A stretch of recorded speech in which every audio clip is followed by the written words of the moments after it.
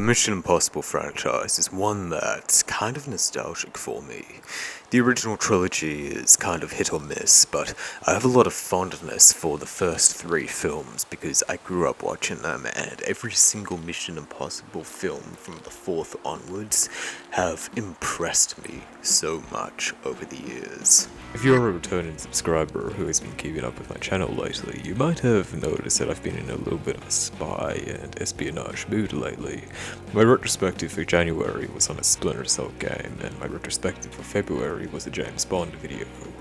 I decided to rewatch all of the Mission Impossible movies recently in anticipation for the latest film, The Final Reckoning, releasing in May, and figured I might as well make a video covering this franchise.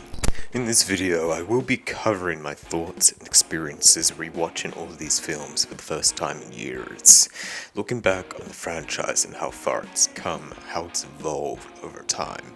So not only is this going to be a retrospective of the entire franchise, but also a review of how my thoughts and opinions have changed over the years, before eventually exploring my expectations for the upcoming finale of Ethan Hunt's journey. So, let's not waste any more time and dive into the video.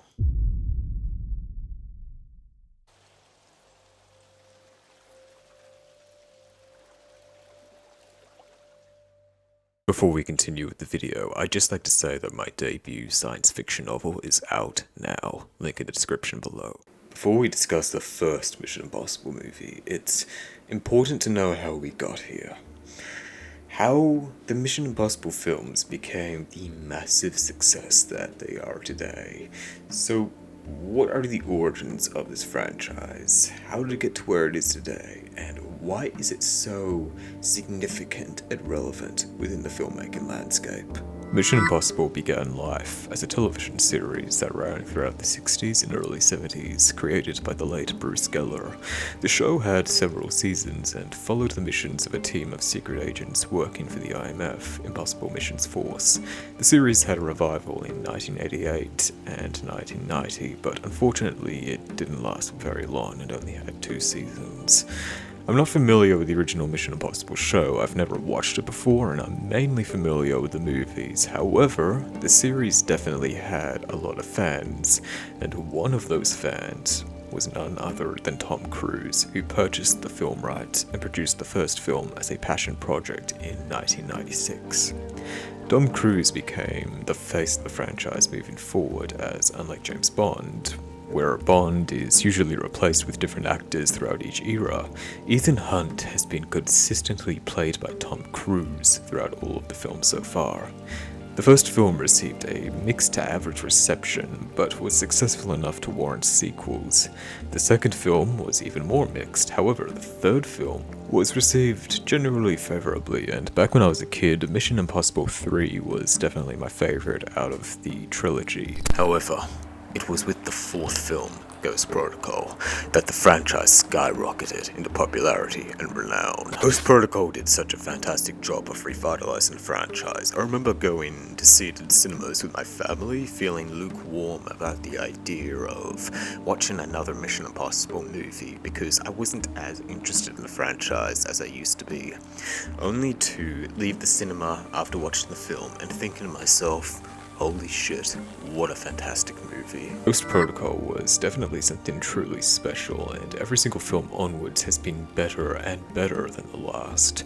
Something that has kinda blown my mind, because it's very out of the ordinary to have a franchise where each sequel is consistently better than the last. It's usually the reverse.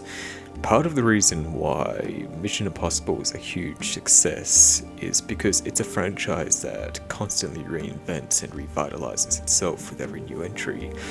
They retain similar elements such as the intrigue, gripping action, amazing practical stunts, teamwork amongst its strong cast of supporting characters, and balanced storytelling.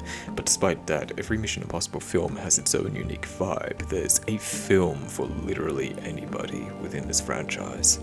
Not to mention, the films have survived 2 decades so far without getting stale or losing momentum, while retaining the same actors, the same cast of characters, and never getting old or tiring.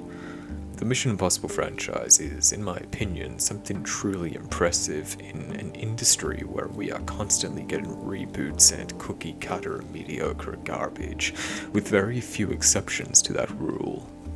Mission Impossible has outlived its competitors in the modern spy genre, such as Jason Bourne and maybe James Bond, depending on whether or not Amazon ends up butchering the Bond franchise now that they've acquired it.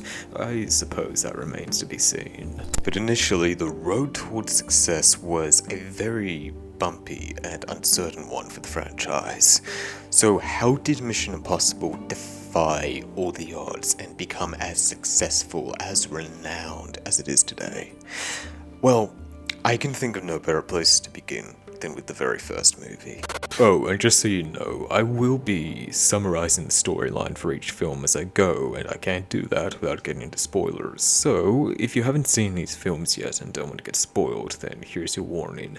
However, if you've already seen these movies, or you just simply don't care about spoilers, then let's get into it.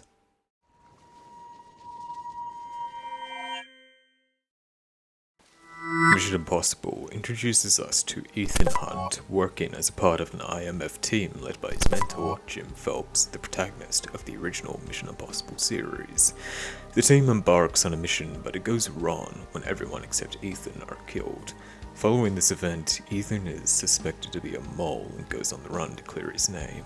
He recruits Luther Stickle and Franz Krieger to help him steal the knock list, a file that contains the real names of IMF agents, while along the way he is pursued by his superiors.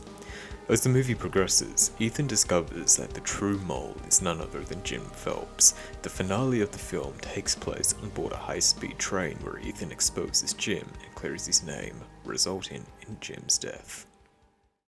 In my opinion, the first Mission Impossible movie is a pretty decent and enjoyable watch, although compared to how action-packed the series eventually became, Mission Impossible feels more like a slow-paced mystery with only a handful of tense and exciting scenes peppered throughout.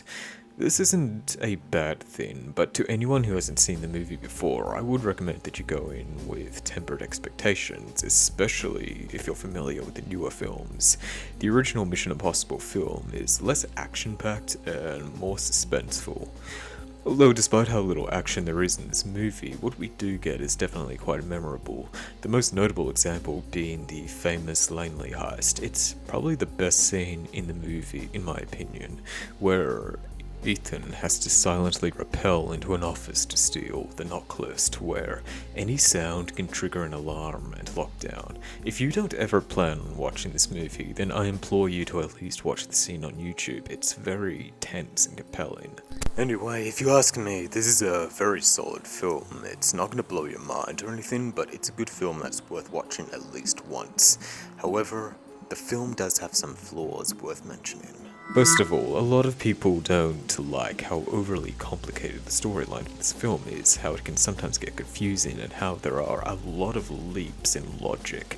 Honestly, I kinda agree with that, especially during that one scene where Ethan finally puts two and two together and figures out that Jim Phelps is the mole. It seems like that reveal happens way too quickly, and we don't fully understand how Ethan comes to that conclusion as fast as he does.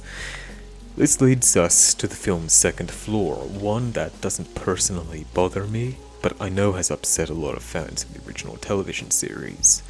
You see, if you're around my age or younger, you might not be aware of the fact that the original Mission Impossible film was actually very controversial in the fandom. Personally, I didn't even find out about this until recently, and the reason why is because this film turns the beloved protagonist of the original series, Jim Phelps, into a villain. I've never seen the original series, so this doesn't really bother me, but I can fully understand how veteran fans would absolutely hate this twist. Hell, I've seen quite a handful of comments online from original fans who say they've never even seen any of the other Mission Impossible films because of how upset they were with how Jim Phelps was treated. I'm sure if I was in their shoes, I wouldn't even want to give any of the sequels a chance either. But anyway, flaws aside, I still feel like this is an enjoyable watch. This film has been surpassed by many of its sequels, but on its own, it's still a pretty decent spy flick. Which leads us to the next film in this franchise, Mission Impossible 2.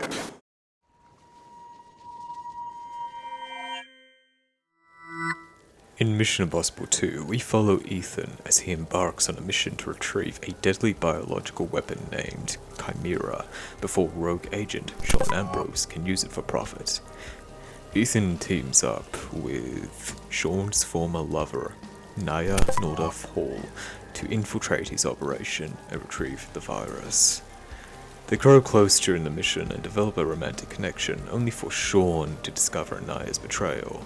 She's forced to infect herself with Chimera, and knowing that she only has a limited amount of time before the virus kills her, Ethan launches an assault on Ambrose's hideout, leading to a hand-to-hand fight on the beach with Ambrose, in which Ethan is successful. Ethan retrieves the antidote just in time to save Nia, and with the virus destroyed, the film ends with Ethan beginning a relationship with Nia. So the thing about Mission Impossible 2 is that it's generally regarded as not just a bad movie, but also the worst in this entire franchise. All of the criticisms that people have towards this film, I agree with. It feels like this movie tries way too hard to be cool and edgy, but it has absolutely no self-awareness whatsoever, and instead comes across as unintentionally hilarious. But that's also the reason as to why I kind of like this movie, despite how bad it is. In my James Bond video I released back in February, I mentioned that despite how bad the film Die Another Day was, I still enjoyed it because of how entertaining it was. I feel similarly about Mission Impossible 2. It's a bad movie, but if there's one thing I'll give it credit for, it's that the film was just so batshit insane and over-dramatic that I was never bored at any point throughout the entire movie. What can I say? It's better to be a fun bad movie rather than a boring bad movie. Okay, so let's dive a little more in depth by discussing the likes and dislikes. For starters, the opening credits are actually really awesome. The film opens with a scene of Ethan Hunt rock climbing without any equipment just to pass the time, and goddamn do I feel hooked every time I watch the scene. It makes me want to go rock climbing too every time I watch it, even though I know absolutely nothing about rock climbing. This was the point in the series where we started to see a lot more practical stunt work that the franchise would later go on to be known for. It's not 100% genuine. Tom Cruise did this using cables that were digitally removed and also had 2 stunt doubles, but despite all of that, it's still such a fantastic scene and a great way to open up the film. Another aspect of this film I like is the action. It's incredibly outdated, but that's part of the reason why I like it so much. I grew up in the 2000s and loved films like the Matrix trilogy, Equilibrium, and Final Fantasy Advent Children. This style of action was very popular during the late 90s and early 2000s, so for me, this type of action is just so nostalgic for me. It's dumb, like really dumb, but it's super fun. I also really like how this film is set in Australia. I'm Australian myself, and because it's very uncommon to see a big blockbuster action movie set in Australia, there's kind of a cool novelty to that for me personally. There's a lot of fun recognising areas in Sydney that I'm familiar with and have been to in the past, such as the Sydney Harbour Bridge. And what else do I like about this movie? Well, Tom Cruise's hairstyle is god tier in this film, and he wears a god tier G-Shock watch. Yeah, those might seem like minor things, but damn, do I want to grow my hair out again every time I see the haircut Tom Cruise had in this movie, and also The Last Samurai. Plus, the G-Shocks Tom Cruise wears throughout the trilogy are kind of nostalgic for me because I loved these types of watches around the same time I first saw these films when I was a kid. Okay, well, the watch he wears in the first Mission Impossible technically isn't a G-Shock, but it certainly looks like one. Even though I don't wear G-Shocks anymore unless I'm working out, doing anything where I'm expecting my much nicer looking watches to get damaged. God damn, do these three movies instill me with the masculine urge to buy another G-Shock every time I watch them. Okay, tangent about plastic wristwatches and Tom Cruise's luscious locks of hair aside, let's move on to my criticisms of this movie. Well, to be honest with you, I don't think my criticisms are all that different compared to everybody else's on this movie. I pretty much agree with most of what the general consensus says about it. This movie is, to be frank, absolutely absurd, melodramatic, over the top, and probably one of the dumbest movies I have ever seen in my life. Not to mention that it feels like a movie that's more style over substance, and the style itself is very questionable by modern standards. Now, if you're anything like me, you'll actually kind of enjoy this film for how stupid it is. It's one of those movies where you can just turn off your brain for an hour or two and just have tons of fun laughing at the film's absurdity, but even if I unironically kind of enjoy the bad aspects of this film, they're still worth pointing out. Anyway, that about does it for my thoughts on Mission Impossible 2. A movie that, while more action-packed than the original, is certainly inferior to the original movie. However, things started to dramatically improve with the third film onwards, which leads us to none other than Mission Impossible 3.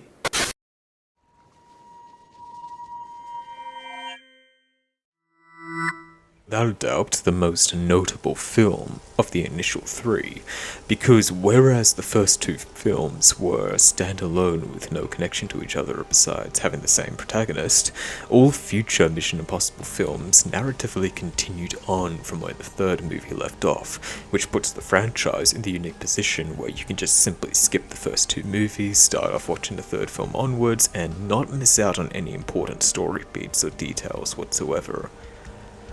Anyway, in the third entry of the franchise, Ethan is semi-retired and engaged to a woman named Julia. However, he is pulled back into the field when an agent he personally trained, Lindsay Farris, is captured by arms dealer Owen Davian. Ethan leads a mission to rescue her, but he ultimately fails when Lindsay dies. Ethan, grief-stricken, vows to avenge her by taking down Davian. Ethan and his team eventually capture Davian during a heist, but unfortunately Davian finds out about Ethan's fiancée, Julia, escapes captivity, and abducts Julia in retaliation. Davian forces Ethan to steal a mysterious MacGuffin named the Rabbit's Foot in exchange for Julia's life, which Ethan does, leading to a showdown in Shanghai where Ethan uncovers a mole within the IMF, kills Davian, and rescues Julia. After revealing his secret life as an IMF agent to Julia, he officially retires from the IMF and goes on to lead a normal civilian life with Julia. So earlier in this video, I mentioned that back when I was a kid, Mission Impossible 3 was my favorite out of the first three films. While it's not my favorite in the franchise anymore, now that films like Ghost Protocol, Rogue Nation, and Fallout have blown MI3 way out of the water, I still think it's the best out of the original trilogy, and it's a movie that's very nostalgic for me. The reason why it was my favorite is simple. It was the most intense film out of the three. Not only was this the most action-packed film and the fastest paced, but it also had a very intimidating and memorable villain in the late Philip Seymour Hoffman's Owen Davian.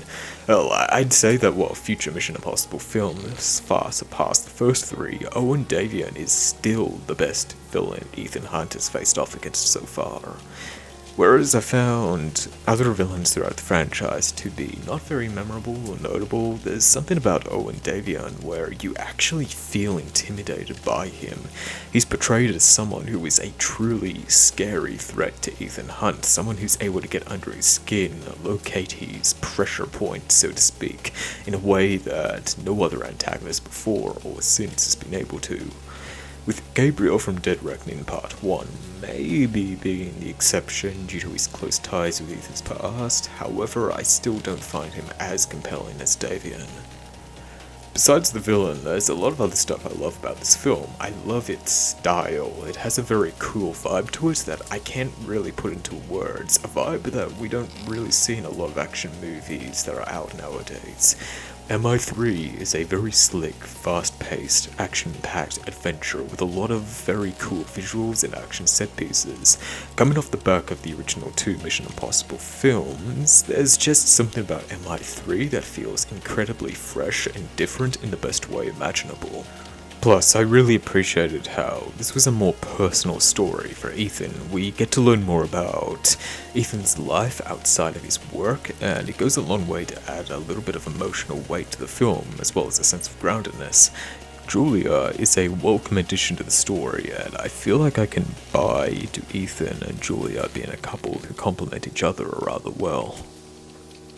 I don't think I really have much in the way of criticisms or negativity when it comes to this film. If I were to nitpick, I'd say that it is a little disappointing that we don't get to learn more about what the rabbit's foot actually is. It's a very underwhelming plot device that feels like nothing more than, well, a plot device. It's very gimmicky. I guess it kind of plays into director J.J. Abrams' love of his infamous mystery box trope, something that you either love or hate. And if the Star Wars sequels are anything to go by, chances are the majority of people hate it. Anyway, yeah, there's not much else I really have to say about this film, other than the fact that at the time of its release, it was my favorite. And even though it's not my favorite anymore because the newer films have surpassed it, it's still a very fun and nostalgic movie for me personally.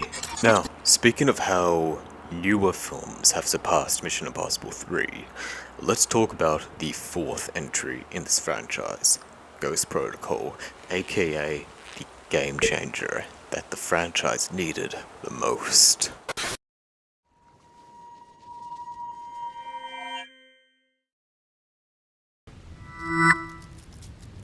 Mission Impossible Ghost Protocol continues the story of Ethan Hunt from where MI3 left off.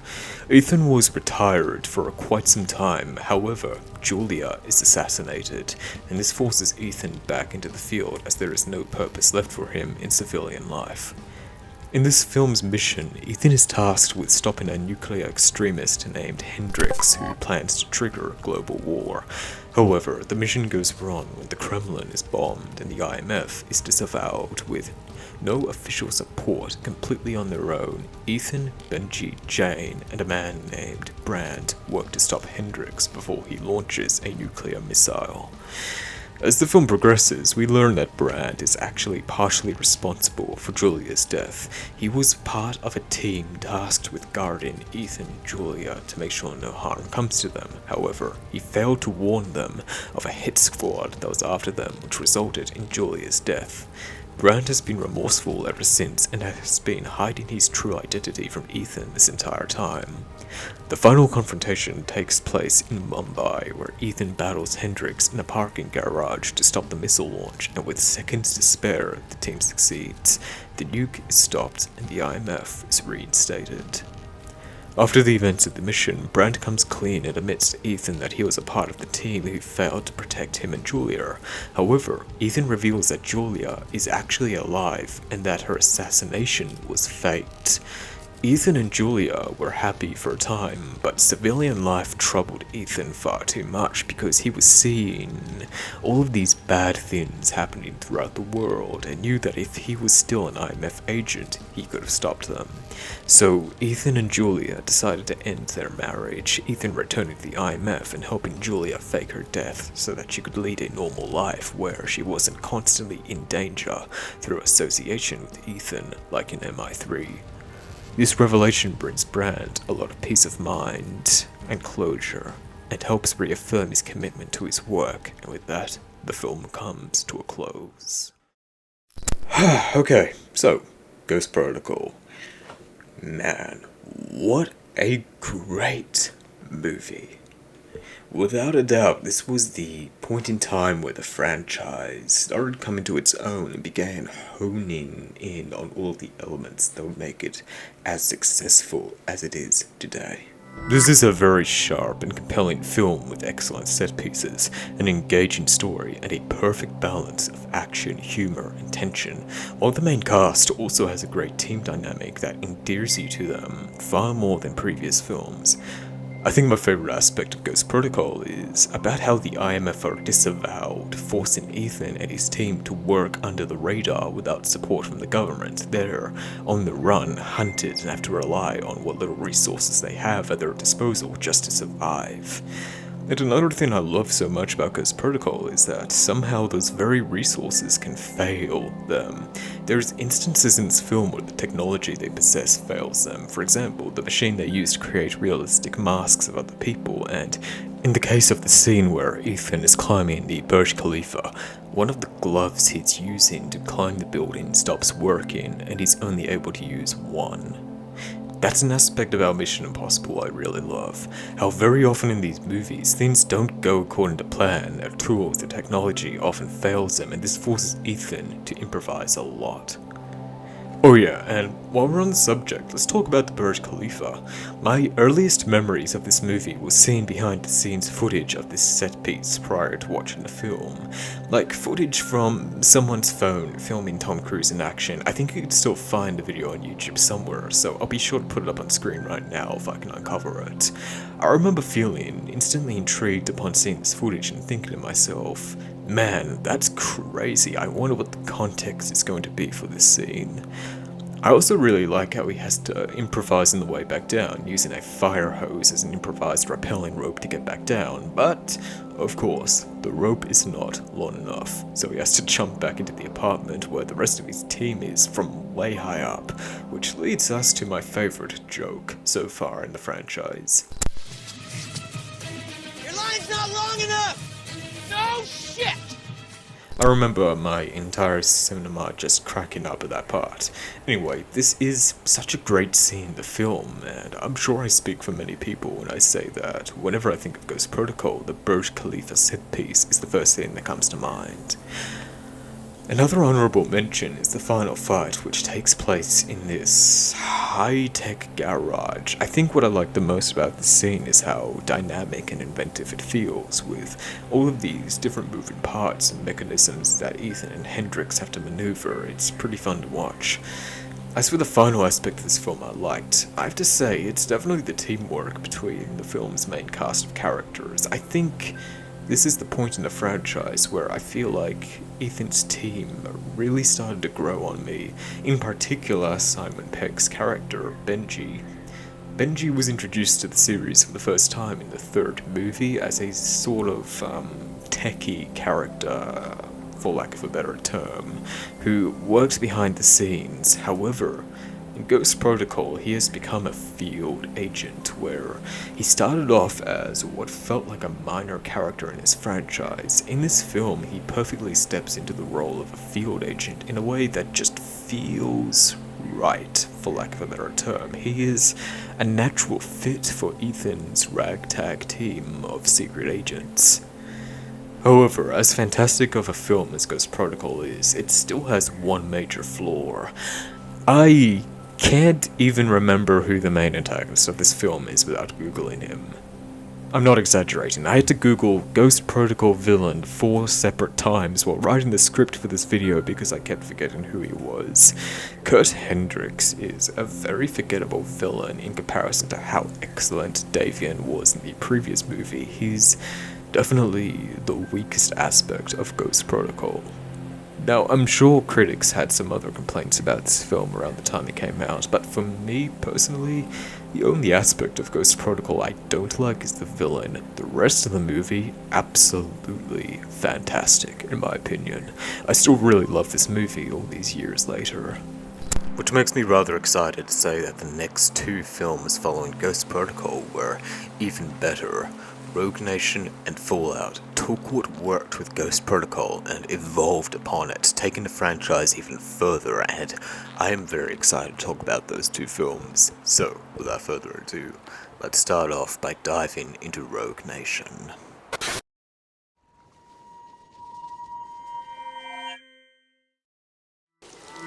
In Mission Impossible Rogue Nation, Ethan uncovers the existence of a rogue organization of ex-intelligent operatives named the Syndicate, spearheaded by its mastermind, Solomon Lane. Following his discovery of the Syndicate, the IMF is decommissioned and assimilated into the CIA. This forces Ethan to go underground to investigate the Syndicate while being aided by Benji, Brandt, and Luther.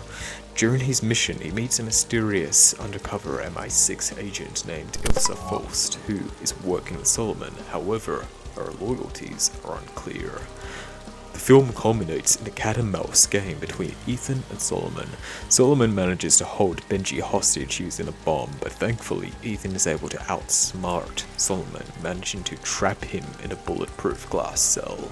The Syndicate is dismantled following Solomon's defeat, the IMF reinstated, while the mysterious Ilsa walks away to an uncertain future. So with this summary out of the way, what are my thoughts on Rogue Nation? Well, it's without a doubt another fantastic film, and a worthy successor to Ghost Protocol. This film proved that the excellence of Ghost Protocol wasn't just a fluke. This franchise is evolving into something truly special that is worth keeping an eye on.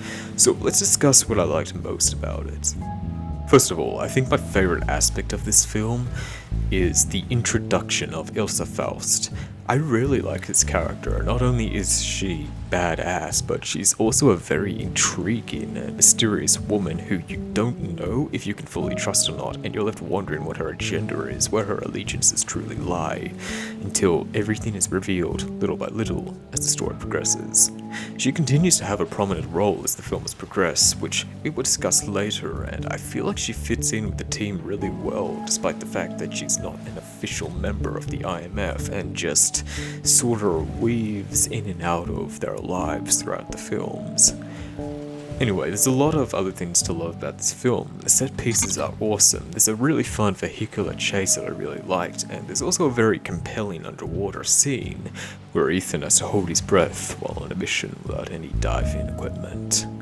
Oh yeah, and how can you forget the opening scene to this film where Ethan has to grab hold onto the exterior of a plane as it's taking off. That was a really cool practical stunt. I heard that Tom Cruise was wearing special contact lenses to protect his eyes during the filming of that scene, which is such an interesting little detail. Also, much like with Ghost Protocol, the team dynamic in this film is also very great.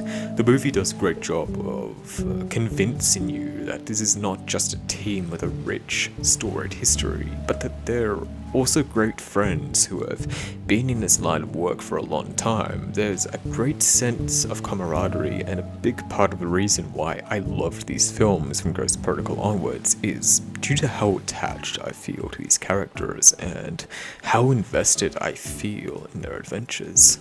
This film is just overall a blast, and I don't think I have any criticisms towards the film, personally. If I had to nitpick, I'd say that the Syndicate is a very generic name for an evil organization, but that's such a minor thing, who cares, right? If you haven't already seen Rogue Nation, just go out and watch it already. If you've seen Ghost Protocol and really liked it, then it's safe to assume that you'll also really like this film. It's one I strongly recommend for anyone who's even remotely interested in the spy genre. And you know what else I would strongly recommend? The follow-up to Rogue Nation, Mission Impossible Fallout, which is without a doubt the most groundbreaking movie in the entire franchise, in my opinion at least. So, let's get into discussing the next film.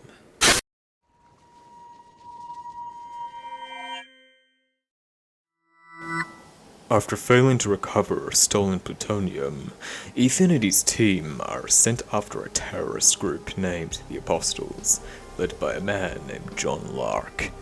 A CIA agent named August Walker is assigned to oversee Ethan, and the team is eventually forced to work with Solomon Lane, now in custody, to stop the Apostles. As the mission unfolds, not only does Ilsa return, but it's revealed that August Walker is secretly John Lark. They try to catch August but are ultimately unsuccessful, plus Solomon also escapes captivity, and the team's mission leads them to a medical camp near the Salation Glacier in Kashmir, I apologize if I mispronounced that, where doctors are treating a smallpox outbreak orchestrated by the Apostles. Working in this medical camp is none other than Ethan's ex-wife Julia and her new husband, something that greatly concerns Ethan because Lane and Walker have set up bombs around the medical camp, which they plan to use in order to irradiate the water supplies bordering India, Pakistan and China, starving millions of people and by extension, putting Julia and the rest of the doctors in danger. The team successfully stops the bombs after Ethan faces off against August in a deadly helicopter battle, resulting in August's death, while Lane is captured once again. After the fight, Ethan wakes up in a medical camp where he apologizes to Julia for the danger he has put her in, but she expresses gratitude for his efforts to protect the world and how, if it wasn't for him, she wouldn't be able to lead the happy and peaceful life she currently has. Following this conversation, Ilsa and Ethan share a personal moment together, hinting towards a future romance between the two. Okay, without a doubt, Mission Impossible Fallout is my favorite movie in this entire franchise. So far, at least. Just like Ghost Protocol and Rogue Nation, I also watched Fallout in cinemas, and to say that I was blown away after leaving the cinema is an understatement. Mission Impossible Fallout is one of the best, most compelling action films you will ever see. If for some reason you were to only watch one film in this entire franchise and make it this one, where do I begin with this film? Well, let's start off with the action. The Halo jump at the beginning of the film is very cool. It reminds me a lot of the Halo jump from Metal Gear Solid 3, but significantly more tense. I love how not only was this film practically like most of the stunts in this franchise, but how everything in this scene just goes incredibly wrong from the start.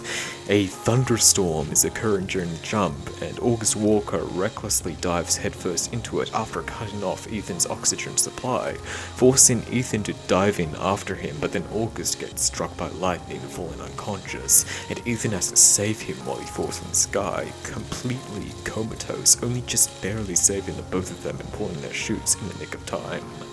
This is so goddamn thrilling. I love this scene. And if you thought that was exciting, a few minutes later that scene is followed by the bathroom brawl, where Ethan and August are fighting the man who they presume to be Lark after they attempt to steal his identity, but that attempt goes wrong. I love how gritty and violent this is, how the fight escalates into almost over-the-top levels of destruction, destroying the mirrors, denting the walls, bursting through the pillars, watching this pristine, all-white bathroom get absolutely demolished, and by the end of the fight, stained in blood. It's such an awesome, thrillingly choreographed, memorable fight scene. The helicopter chase and the fight towards the end of the movie is also a standout, especially with how it ends with a hand-to-hand fight on a cliffside, which results in August and Ethan eventually hanging off the edge. Speaking of which, Henry Cavill as August Walker is also another aspect of this film I really like. He's not as memorable as a villain as Davian, but August is still a very cool character with fantastic screen presence. Every time he was on screen, he would always grab my attention. Henry Cavill is both charming and imposing in this role. He's probably my second favorite villain in the franchise. While we're on topic regarding the characters, I'd also like to mention that another aspect of Ghost Protocol I really enjoyed was how it continued the subplot of Ethan's ex-wife Julia and wraps up that plot thread. We get to see her for the first time since the ending of Ghost Protocol, where she shows up during the climatic finale of Fallout, and we see that she's ultimately moved on with another man, but is living a fulfilling life. It was great to see what Julia's fate ultimately ended up being, and after all the danger she's been put in so far, it feels satisfying, knowing that she ultimately went on to lead a good life. especially in the spy genre of all things, where the love interests of our protagonists often get killed off. Just look at how many Bond girls die throughout the James Bond movies. It's very refreshing to see a love interest in the spy genre who doesn't tragically die. However, while Julia may have indeed moved on with another man, so too has Ethan moved on with another woman, as towards the end of the film, a romantic connection between Ethan and Ilsa Faust is strongly insinuated. We will be exploring the romance between Ethan and Ilsa a little bit more in depth in the Dead Reckoning section of this video. For now, all I'll say about their romance is that I personally really like it. Ilsa is a character who I feel is significantly more suited for Ethan than Julia, because Ilsa is a spy as well, not a civilian, and therefore Ethan doesn't have to worry about putting her in danger all of the time like he had to with Julia. Plus, as I mentioned in the Rogue Nation section of this video, I really like Ilsa as a character, so getting the chance to see more of her is always great.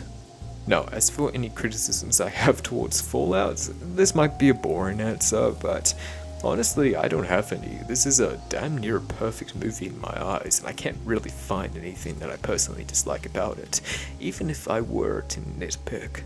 Despite how many years have passed since I first saw this film, when I rewatched it recently, I still felt just as blown away as before. I can't sing this film's praises enough.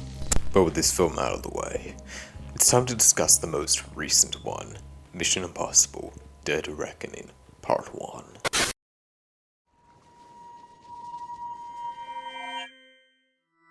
In Dead Reckoning, a powerful AI named the Entity goes rogue and poses a threat to global security, so Ethan and his team are tasked with stopping it from falling into the wrong hands. Two new characters enter the fray, a master thief named Grace, who unexpectedly gets caught in the ensuing chaos, and an old enemy tied to Ethan's past named Gabriel, who plays a major role in the origin story of Ethan Hunt and how he became the man he is today. The team embark on a globe-trotting mission that eventually results in the death of Ilsa Faust and the recruitment of Grace into the IMF. This leads them to a dramatic confrontation with Gabriel on board a train where Grace must retrieve a key to control the AI.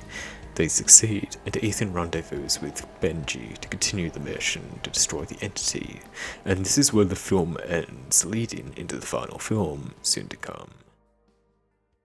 Okay, so when it comes to my thoughts on Dead Reckoning, I have to say that unfortunately I didn't like this film as much as I did the previous three.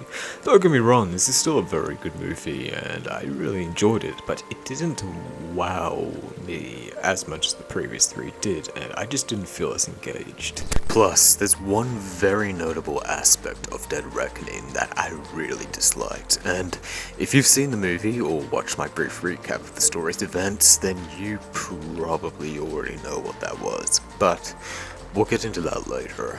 For now, let's start off with my positive thoughts on Dead Reckoning. For starters, I loved the premise for Dead Reckoning. It was really awesome to have a spy movie centered around the dangers of AI. Not only were the stakes incredibly high in this film, but the AI-focused plot felt very relevant, and while you would expect an element like that to feel forced, it wasn't. It felt completely natural. Plus, there's just something terrifying about the idea of an antagonist being this super smart, malevolent artificial intelligence that cannot be reasoned with or outsmarted. I also really like how this film gave us a glimpse into Ethan's past prior to joining the IMF. That's something I never really thought about before. I remember when I saw these flashbacks, I thought to myself, oh yeah, we've never really had an origin story for Ethan before. I'm surprised I've never thought about that. It was just really interesting to get a glimpse into Ethan's past and why he felt forced to join the IMF in the first place. By extension, I also like how they used this as an opportunity to tie one of the antagonists, Gabriel, to Ethan's past. Again, like with most villains throughout the franchise, I don't think Gabriel was that memorable or notable, but making him a part of Ethan's past did help to add some flavor to him. I also like how mysterious Gabriel feels as a character, but besides that, there's not really much to write home about when it comes to him. Another thing I enjoyed about this film was how the finale took place on a train and how that calls back to the original Mission Impossible movie. The entire train sequence as a whole was just really fun, especially with the stunt of Ethan riding a motorcycle off a cliff and onto a train. Kinda reminds me of that one level in Far Cry 4 where you have to ride a bike off a cliff and onto an aeroplane that's taken off. It's very cool. Anyway, overall, the action is just as good as previous films, so you're undoubtedly going to have a good time with it. However, as I mentioned earlier, there's one major gripe I had with Dead Reckoning that made me not like it as much as previous 3 films. So, what was that one thing about this film I truly disliked the most? The death of Ilsa Faust. Like I said, if you've seen this film, you knew I was going to bring this up. This decision was pretty controversial at the time of this film's release.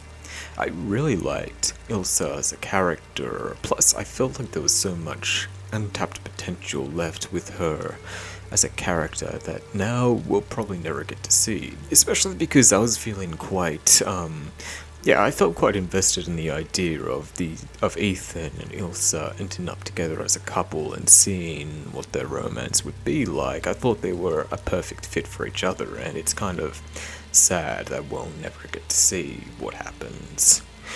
I read some interviews with the director where he explains why they made the decision to kill her off, and I understand their thought process, but I still think this was the wrong way to go.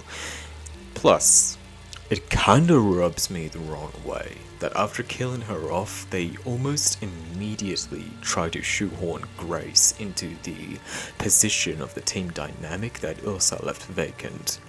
Look, Grace is perfectly fine as a character, but we've only just been introduced to her, whereas Ilsa has been built up over the course of 3 movies, and therefore, we, the audience, have a significantly stronger attachment to her, not to mention that the character of Ilsa has a sense of mystery and intrigue to her, which made her a very interesting character to watch, whereas Grace doesn't feel as interesting. So yeah, that's kind of my main criticism towards the film, and the one thing I truly disliked. Ilsa's death is not enough to ruin the entire movie for me, but it definitely alienated me a fair bit, and by extension made Grace's inclusion into the team feel forced. But don't get me wrong, I'm still willing to give Grace a chance. This movie was only part 1 of a much larger story, after all. But I feel like Ilsa didn't need to die for Grace to become a part of the core team. It just feels like a waste of a very good character. Anyway, yeah, overall, while I enjoyed this film, it just didn't wow me or impress me as much as the previous 3 movies. It's kind of hard to put into words exactly why. Again, this is a great movie, but I still definitely prefer Ghost Protocol and Rogue Nation and Fallout over it. But now that we've reached the end of my thoughts on each individual movie, I'd like to take a moment to discuss my overall thoughts on the franchise so far, my ranking of the movies, and then moving on to discussing my thoughts on the future of the franchise and the upcoming final movie in the saga of Ethan Hunt, The Final Reckoning.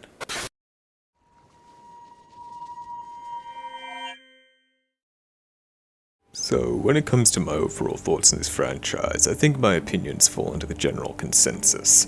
I love how engaging and thrilling these movies are, their emphasis on practical stunts, and overall its high-quality filmmaking from Ghost Protocol onwards.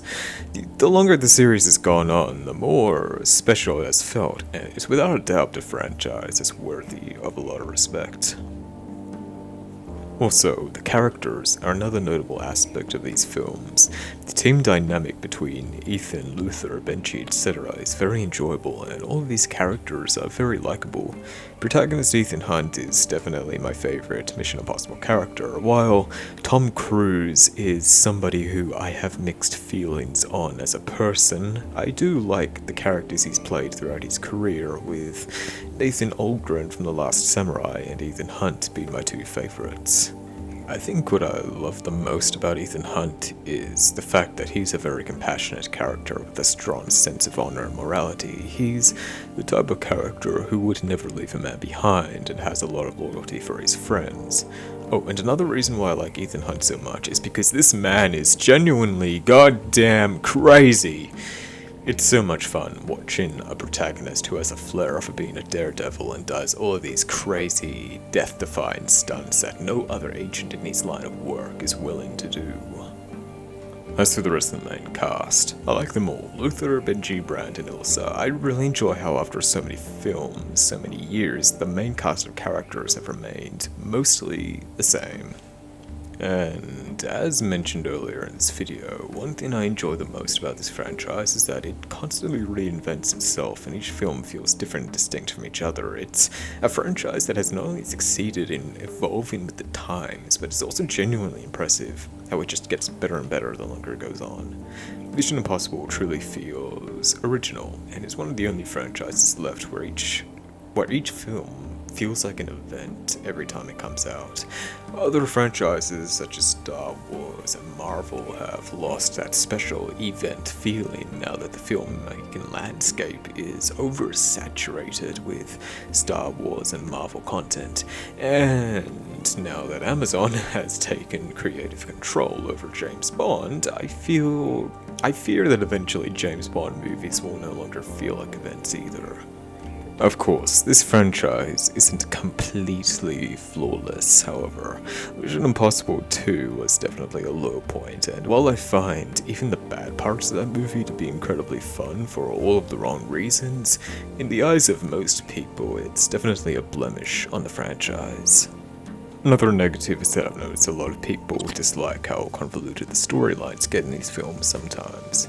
Personally, it only really bothered me when it came to the first movie. The convoluted aspects of all the other films didn't bother me as much. And yeah, I honestly don't really have that many criticisms or complaints about the Mission Impossible films. My opinions and views on this franchise are mostly favorable.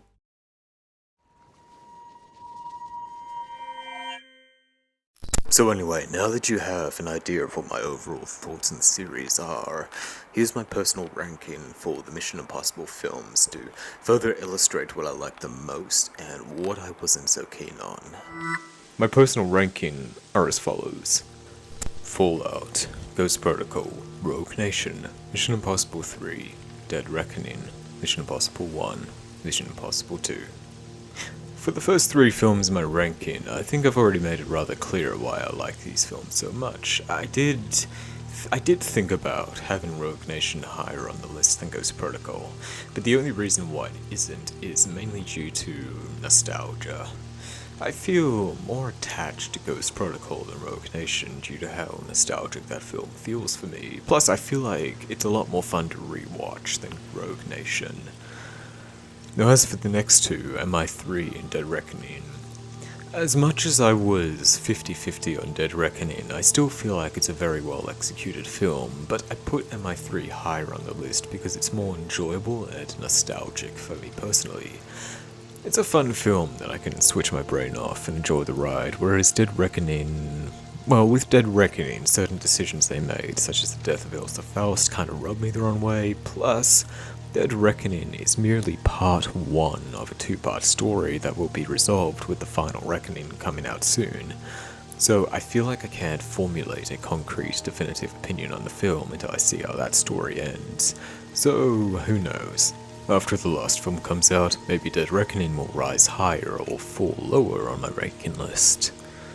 As for the final two films on my list, MI1 and MI2, I think as much as I find MI2 to be a very fun movie, even if it is incredibly stupid, the original Mission Impossible is still the best film out of the two. Therefore, Mission Impossible 2 is currently the lowest on my list. Anyway, so that's my ranking. Maybe you agree with it, maybe you disagree with it, but either way, that should hopefully help you understand what my overall perspective on the franchise is on a much more succinct level. Before we wrap up this video, I think we should take a moment to discuss the final entry in Ethan Hunt's journey, The Final Reckoning, which is releasing very, very soon, and by extension, the future of the franchise. I kind of appreciate that the filmmakers behind Mission Impossible have an end goal in mind. There are so many franchises out there that try to go on forever and ever with no end in sight, when they should have ended years ago. So, I like that Ethan Hunt's story is going to have a definitive conclusion and that they're not going to drag it out longer than necessary. I'm not sure what they'll do with the franchise afterwards. I wonder if they'll keep making movies, but with different protagonists, or if they're going to try and make a new Mission Impossible show, make some spin-offs, or whatever. The franchise has been around long before the character of Ethan Hunt was ever created, so I wouldn't be surprised if it continued without him. I'd rather we don't get an oversaturation of Mission Impossible content like we have with so many other franchises over the years, but if that does end up happening, then I wouldn't be surprised. For now, I'm just hoping that Ethan's story will have a satisfying, rewarding conclusion, and so is my cat. My cat also hopes it'll have a satisfying conclusion, apparently. I'm not really sure what to expect with this final film. However, I couldn't help but notice in the trailer that there was a shot of the rabbit's foot from Mission Impossible 3. I never expected the franchise to ever come back to that plot thread, especially because it felt like such a minor thing in the grand scheme of everything, but still, it's kind of interesting that whatever happens in this film will presumably be linked to the rabbit's foot. Hopefully this callback is going to pay off in a satisfying way. Anyway, I can't really think of anything else to discuss about the upcoming movie. Like I said, I'm not sure what to expect, but I'm definitely excited and looking forward to seeing how this story ultimately ends. So with all that being said, let's move on to my final thoughts.